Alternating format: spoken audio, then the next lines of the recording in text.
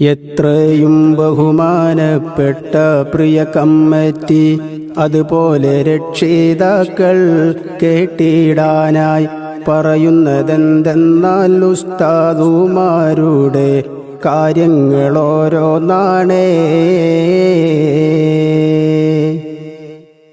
ഞങ്ങൾക്കോരോരുത്തർക്കും ഏറെ സുഖമെന്ന് തന്നെ പറഞ്ഞിടട്ടെ.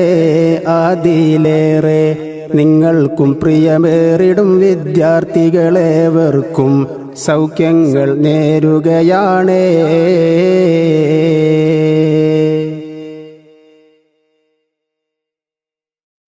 കോവിഡ് താണ്ഡവമാടുന്നൊരു കാലത്ത് കാര്യങ്ങൾ നൂറുണ്ട് പറയാനി നേരത്ത്.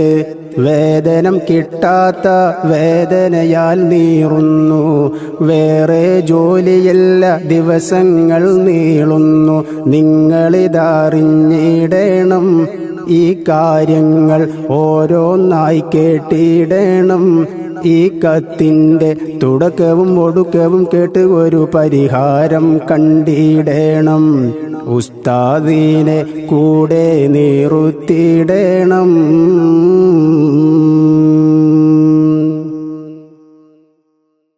വേതനം തുച്ഛമാണെന്നറിയാത്തവരാരുണ്ട്?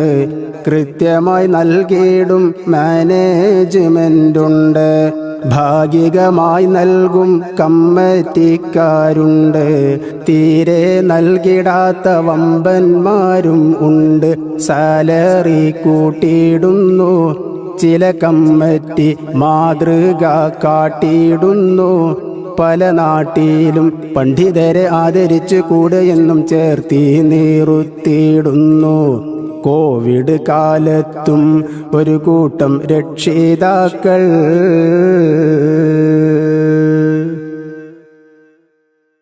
വീടിൻ പണി പാതി വഴിയിലെത്തിയവരുണ്ട്. വേറൊരു മാർഗമില്ല, അതുപോലെ നിൽപ്പുണ്ട്.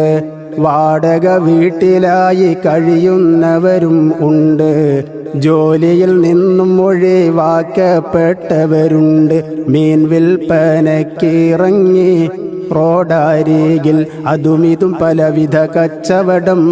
കാട് വെട്ടാൻ, കൊപ്ര വെട്ടാൻ, കല്ല് പൊക്കാൻ, വാർപ്പ് പണി ചെയ്തിടാനും ഇറങ്ങി. ഉസ്താദിനെ ചേർത്തി നിർത്തിയിടേണ്ടേ.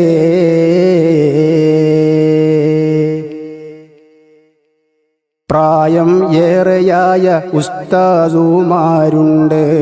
പ്രായമെത്തി നിൽക്കും പെൺമക്കളവർക്കുണ്ട്. പ്രവാസികൾ ദീനിന് എന്നും കരുത്താണ്. പാവം അവരിന്ന് ആകെയിരിപ്പാണ്. എങ്ങനെ സഹായിച്ചിടും അവർ ഇന്ന്? കണ്ണീരിൻ കഥ പറയുന്നു. റഹ്മാനെ, കടൽ താണ്ടി മറുകര മരുഭൂവിൻ സ്വപ്നം തകർന്നിടുന്നു. അവർക്ക് ബറക്കത്ത് ചൊരിഞ്ഞിടണേ.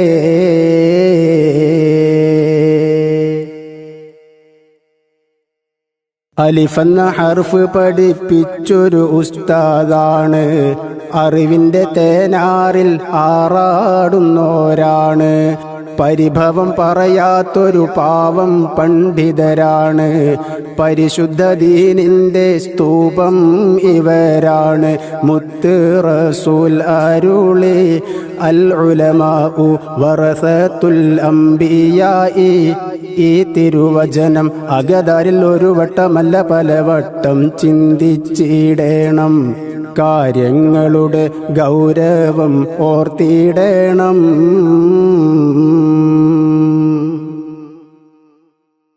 കത്തിൻ വരികൾ കേട്ട് ഒന്നുമേ തോന്നേണ്ട. കാര്യങ്ങൾ പറയാതെ വേറെയൊരു വഴിയില്ല. ആക്ഷേപമല്ല ഇത്, ആരോപണവുമല്ല. ആരെയും പഴി പറയാൻ ഉദ്ദേശിച്ചതുമല്ല. നിങ്ങളിതറിഞ്ഞിടണം, യാഥാർത്ഥ്യങ്ങൾ ഓരോന്നായി ചിന്തിക്കണം. ഈ കത്തിന് ഉടനടി ഉചിതമൊരു പരിഹാരം പ്രതീക്ഷിക്കട്ടെ. മഅസ്സലാം, കത്ത് ചുരുക്കിയിടട്ടെ.